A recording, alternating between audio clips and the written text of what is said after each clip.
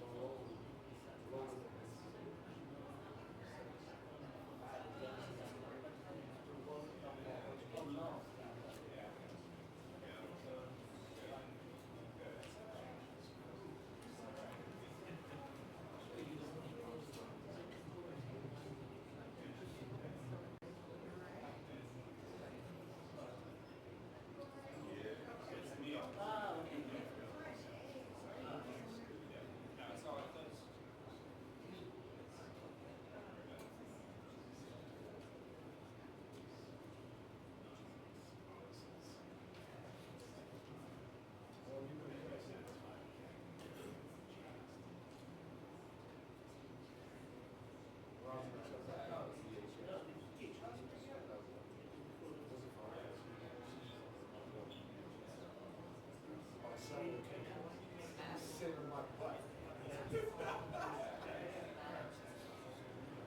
Then trying to get accessible.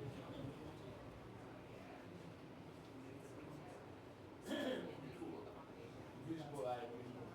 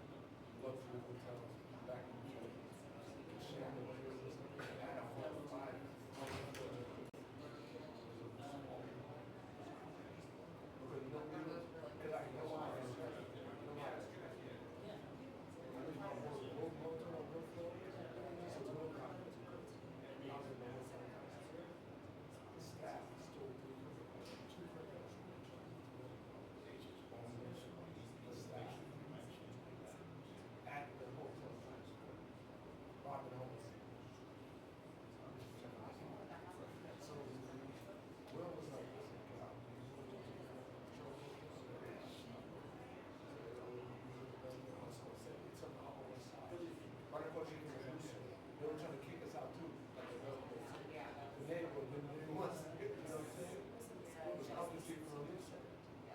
It's Upper West Side. Yeah, the Upper West Side. That's what they have.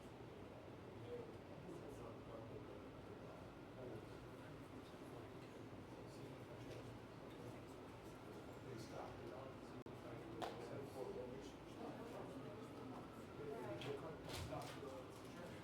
For like 3 months.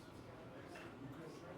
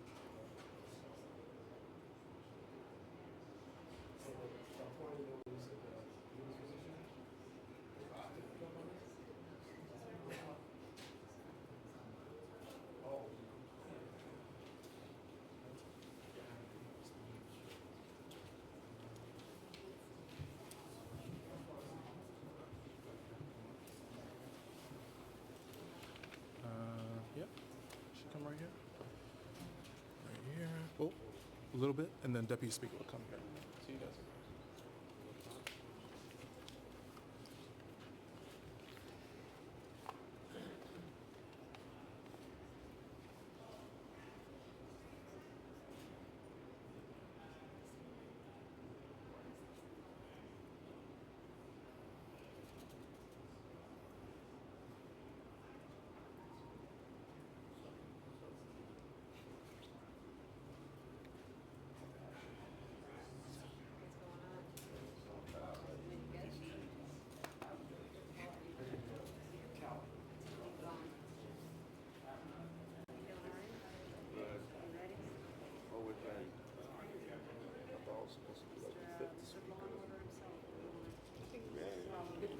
That's just thinking it was for the Lord.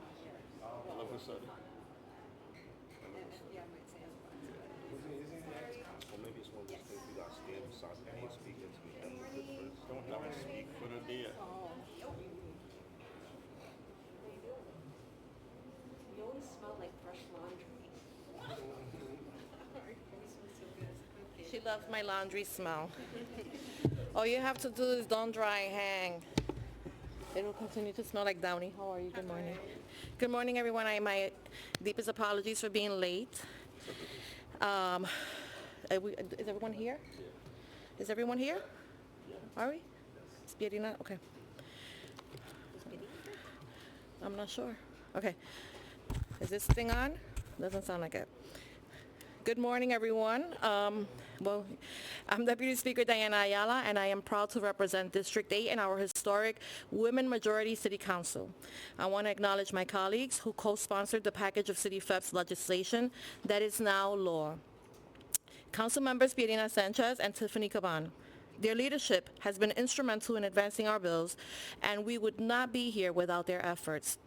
Thank you to our incredible partners who have been with us every step of the way. The Homes Can't Wait Coalition, Coalition for the Homeless Youth, Housing Works, Legal Aid Society, Make the Road New York, Neighbors Together, New York Legal Assistance Group, Safety Net Project, Vocal New York, WIN, and many others. I want to thank the amazing advocates who have direct experiences with the issues that these laws seek to address and who are here today to share their personal stories with us. Most New Yorkers and people across the United States are just one disaster away from experiencing homelessness. I know this all too well because of my own experiences with homelessness and housing insecurity. My experience in the shelter system is one of the reasons why I am such an outspoken advocate for housing and rental assistance programs like City FEPS. As a single mother, rental housing assistance was my ticket to safety. It allowed me to secure stability for myself and for my children, making it possible for me to pursue economic and educational opportunities. I was able to complete my college degree, maintain permanent housing for myself and my children, and start my career in public service. It gave me the chance to be here before you as Deputy Speaker of the New York City Council. And I know that there are thousands of other New Yorkers who could seize these same opportunities if provided with access to the pathways that were available to me. Yet for too long, the city's bureaucratic policies and the lack of strategy to address homelessness have undermined our city's ability to help New Yorkers. This has exacerbated a crisis. Despite available remedies to relieve this crisis, Mayor Adams' administration has not effectively removed the barriers that stand in the way of people maintaining and securing stable, permanent housing. Instead, the administration has maintained these obstacles that block access to rental and housing assistance, like City FEP's vouchers. Sadly, this bureaucracy is a common feature that obstructs low-income New Yorkers' access to many of the essential services that I once relied on to attain stability.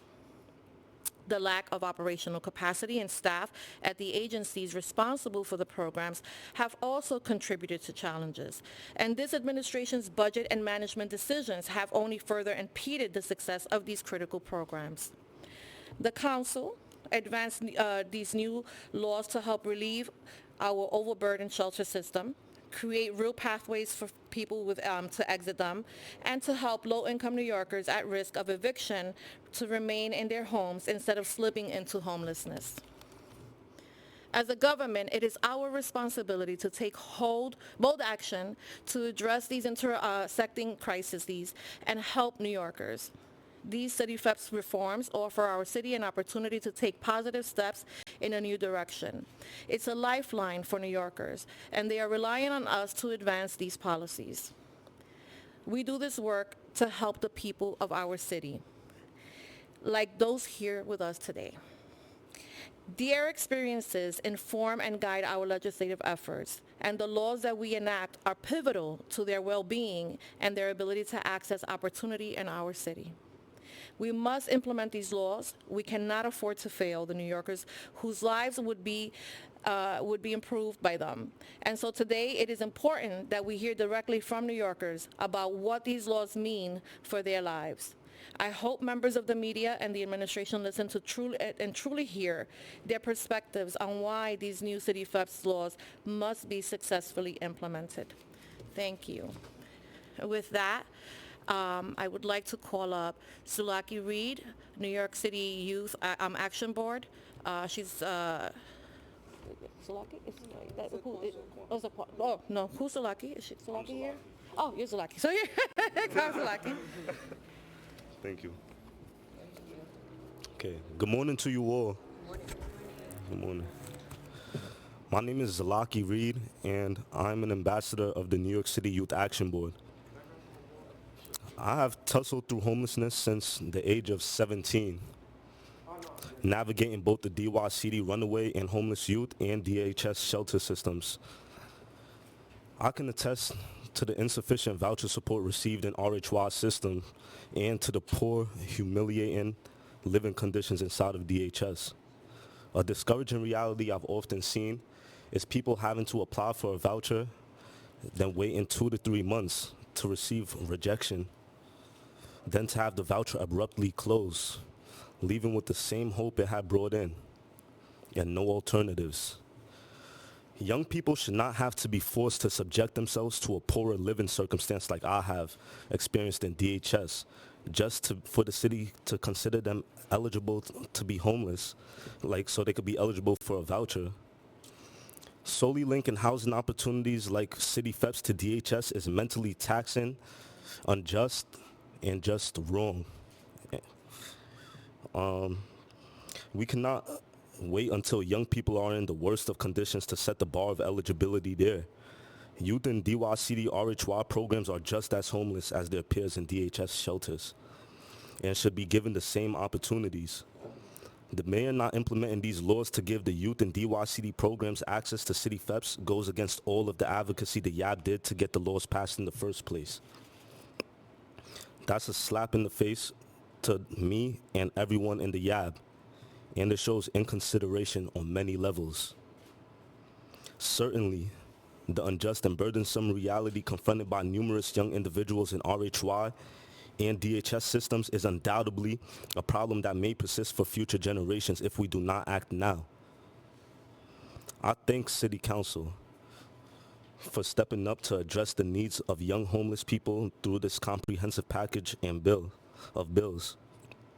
Now, it is crucial for the mayor to demonstrate a resolute commitment to tackling homelessness, including youth homelessness, and implementing these city FEPS laws for my peers experiencing homelessness in DYCD programs stands out as an effective measure. After all, addressing the issue early on is paramount. And by the mayor refusing to address the issue of youth not having access to vouchers, not only shows young people that everyone doesn't have to follow the law, it shows young people that he doesn't care. Thank you.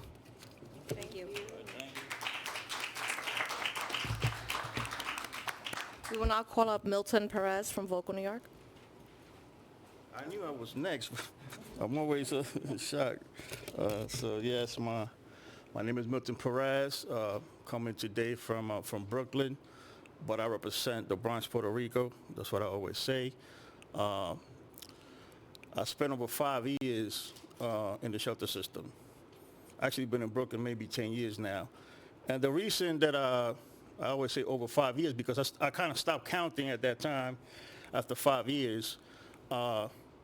Just because it was unbelievable to me and to the people that were coming in the shelter at that time. They couldn't believe that people could spend so much time in the shelter system. So I kind of stopped saying that because people would just walk away. They didn't believe it. I finally got out maybe 2 years ago after being gifted with a voucher. Throughout the years, there were opportunities that did not pan out, all these barriers that in place, whether you're making $1 over to qualify. So you're working, but you're making too much money to qualify for a voucher, but not enough money to get an apartment. So I got lucky 2 years ago. It wasn't easy, but it's something that I saw throughout my stay in the shelter system. People that got a voucher, where some were able to get housing, you know. And a lot of times without any help from the shelter staff. So when I finally got the voucher, within a year, I was able to get housing. And I've been, you know, okay for the past couple of years. But I'm going to continue to fight for the people that are still experiencing homelessness, whether in the streets, the shelter system. And even, you know, even when you get out, you still not 100% sure, you know, that things are going to work out. So I'm still in that mode. The apartment I'm in is maybe 2 train stops from the hotel that I was during COVID, and a stop away from the shelter that I was maybe, one of the shelters that I was in maybe 3.5 years. This is in Brooklyn, the Brownsville area. So first of all, usually we thank people at the end, but I want to start by thanking the city council. My first experiences with the city council is when we kind of like, things got so weird in the shelter that we found out that you could go to your local city council and there's constituent services and the city council, and that was my first experience dealing with people that are not only professional but caring, and that's constituent services. So I want to thank constituent services and the offices. Intergov, I'm not sure what that is, but they do good work. And I'm also very incredibly grateful to the people that are here. Chief Tiffany Caban from Queens, Karina Sanchez from the Bronx, Deputy Speaker Ayala from the Bronx, representing the Bronx and Manhattan, and of course the Speaker Adrian Adams from Queens. Honorable mention to the city council members from the Brooklyn that do a lot of work. Honorable mention to Brooklyn, you do a lot of work. So I want to thank y'all personally for taking, you know, the leadership position, not only in passing and overriding the veto on these particular city FEPS package of bills. For people that don't know, I had to write this down so I forget. City FEPS, that we always say in City FEPS, stands for City Fighting Homelessness and Eviction Prevention Supplement Program. That's what City FEPS stands for. So my side at that time was being homeless, but we know, and I think it's interesting, having homeless people, formerly homeless people, advocating for people that are already housed to prevent them from coming to the shelter. So some of these bills, that's what they're living up to what City FEPS actually is. It's not only for homeless people in the shelter or on the streets to get housing, but to also prevent eviction. That's what basically these common sense bills are. So I do have some notes, so I'd like to read off some of the past experiences, the past couple of years. So many things happen at the same time that people forget. So the council has been leading the fight to make this program do what it's supposed to do for years.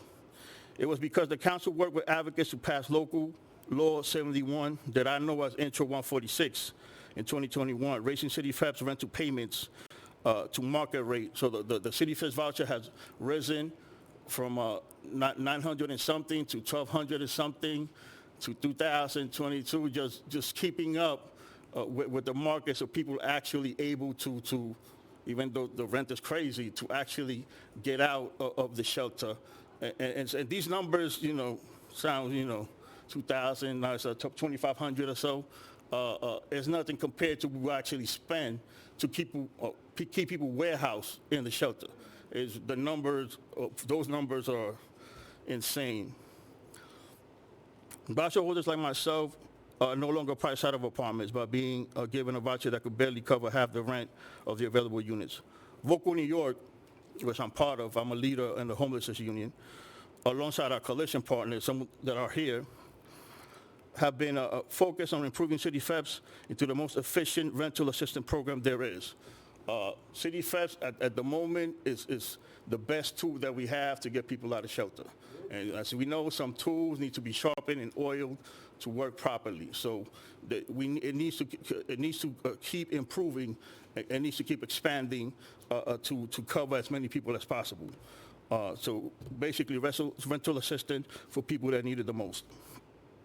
So we're grateful for the city council to working in partnership. So some of these bills I've seen early on, it was what you're asking my opinion is, but I guess that's what it is. We're all in this together. So Tiffany, Karina, I've spoken to them, asking our advice, our ideas, and some of these things get into these bills. And sometimes we kind of like spearhead and we write our own bills.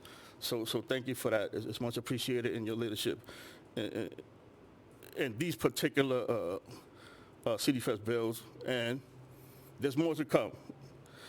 The implementation and implementing and identifying solutions to potential challenges arising from it, and having to fight for the actual implementation. So, one of the first times, that I was over here in City Hall, we were guests of one of the tenant organizations who wanted us to speak about homeless issues, and somebody made an announcement that a bill was passed. And I thought, wow, we need to do this more often. Me thinking it was so easy.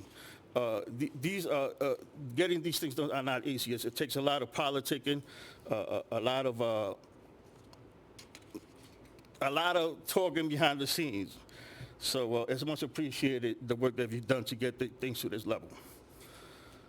Identifying and lifting up additional fixes to City Fest focus on accelerating housing placements, improving the application process, and timely rental payments, and ending source of income discrimination. So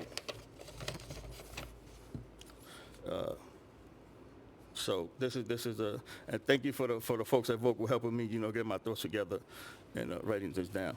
So, with more than 100,000 New Yorkers experiencing homelessness in the city, we must remain focused on fighting for solutions for those in need, the most vulnerable amongst us. I think about the 815 homeless New Yorkers who died in public spaces, shelters, and hospitals for the fiscal year ending in June 2022. This is something that I've seen a reporter, David Brand from City Limits and now in Gothamist, has been reporting through maybe the past 3 or 4 years of, and these numbers is just, it's shocking. So going from 200 to 400 to 600 to 800 people that died due to homeless issues. It's beyond my understanding. But we have the resources to end that. That it does not need to happen. People do not need to be dying because of homeless issues in the city of New York. If each and every one of them had a home, I can only imagine the lives they could have continued living and the stories they could tell. It's my hope that moving forward, we think of them and countless others in shelters waiting for us to take action. Thank you all. Milton, you took my book. Oh, my. Thank you. Next, we'll hear from Saquana Stevens from the Coalition of Homeless Youth. Good morning. My name is Zaquana Stevens. I'm an advocacy fellow for Coalition for Homeless Youth and a dedicated youth advocate with firsthand experience of overcoming homelessness. I would like to start off by expressing my deepest thanks to Speaker Adams and Deputy Speaker Ayala and all of the members of the council who have made these laws a reality. In addition to expanding access to many people in need of support, these laws also, for the first time, make homeless youth and young adults in the DYCD Runaway Homeless Youth Shelter System eligible for City FEPS vouchers, which is truly amazing.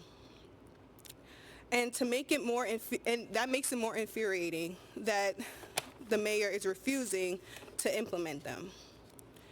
A shelter is a shelter. Homelessness is not defined by the amount of trauma someone has faced.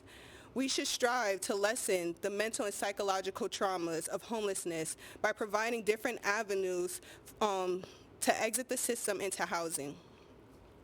Not everyone can withstand the challenges of a DHS shelter or pull themselves out of poverty with an entry-level job.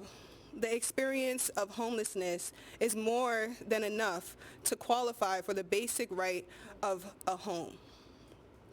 Vouchers were initially promised to youth in DYCD system in 2016.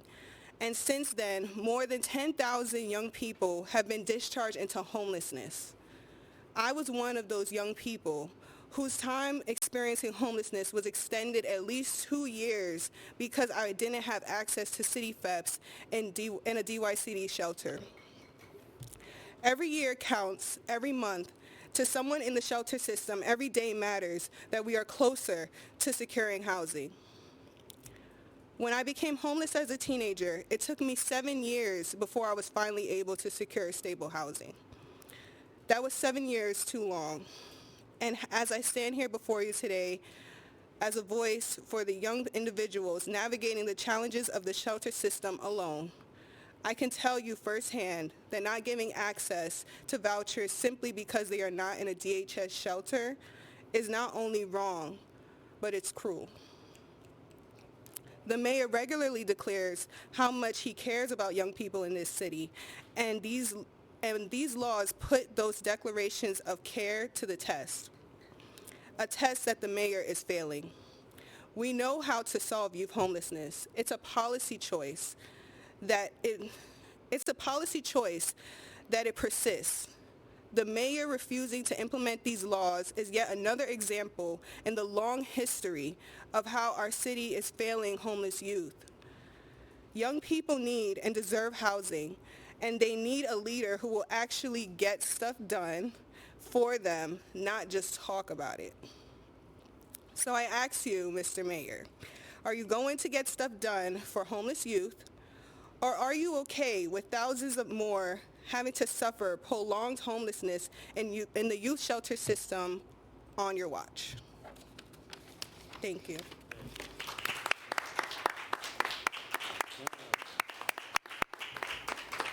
I feel like I should just leave her here. You can take my job. We'll now hear from Calvin Michael.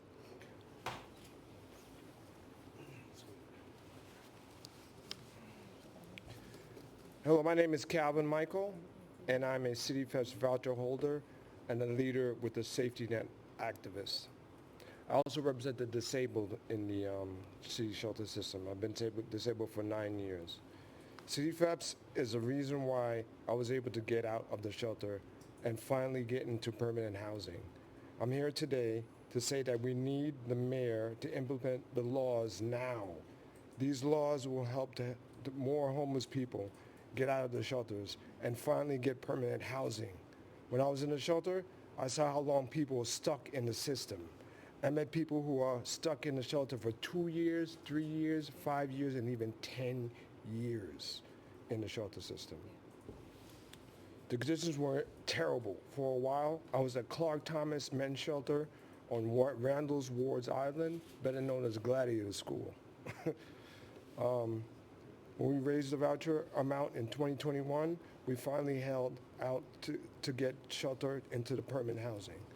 People who also don't realize that how expensive it is for the shelter system is.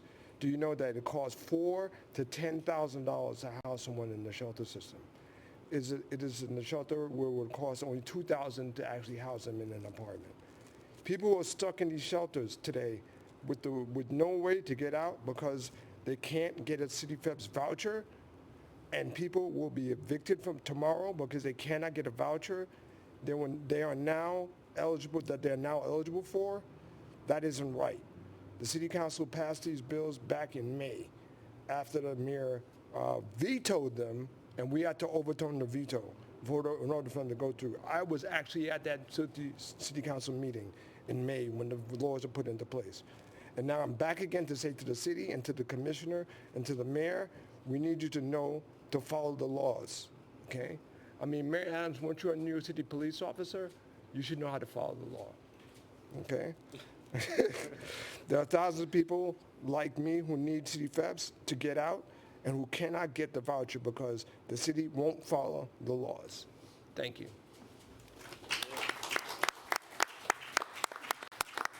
And finally, we'll hear from Councilmember Tiffany Caban. Thank you. I will be incredibly brief because I think everything that has needed to be said has been said by the people most directly impacted. And I think it comes down to one thing, or maybe two.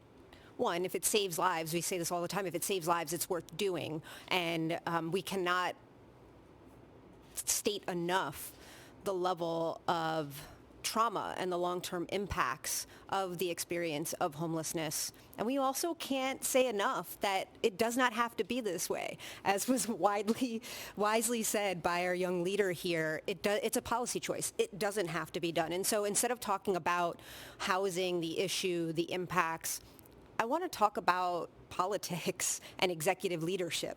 You know, I personally am tired of our mayor showing such contempt for the council, our speaker, and New Yorkers facing homelessness. We have worked hard as a 51-person body closest on the ground to our constituents to forward the solutions that they say that they desperately want, need, and we know that they deserve. And, you know, to see these decisions made now, and again, spoken wisely by our comrade here, this isn't a suggestion.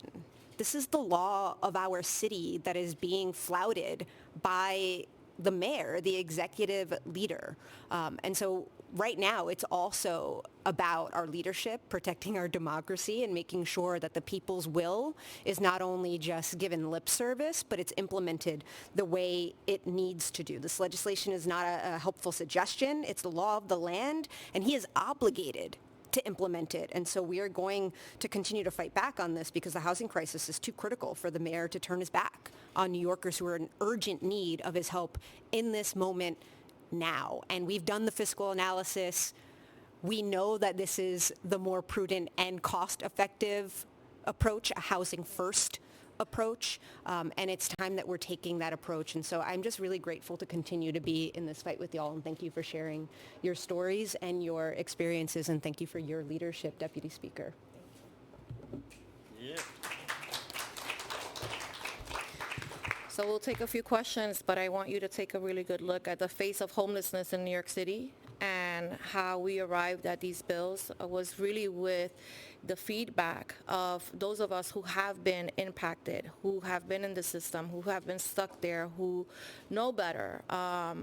We didn't have to read about it in a book. We experienced it. Some of us are still experiencing it, and some of us are on the verge of experiencing it any day. And so with that, I'll take a few questions. Yeah. Good morning. Can you talk a little bit about what you've heard from DSS? Have they partially implemented some of the changes that went into law? Have they not implemented any of them at all? And what's going to be the council's response and reaction if time continues to go on and the changes are not implemented? Yeah, I think we've been very clear about that. I have not heard from DSS other than the letter that Molly Park sent us a couple of weeks ago, just really, highlighting the idea that they're not going to implement these laws at this time. They did, in fact, implement the 90-day rule early on. It was one of the bills that they were a little bit more comfortable with, and so they actually implemented it before we even passed it into law. But it was at our recommendation. I want to be very clear about that. They had no intention of doing that either.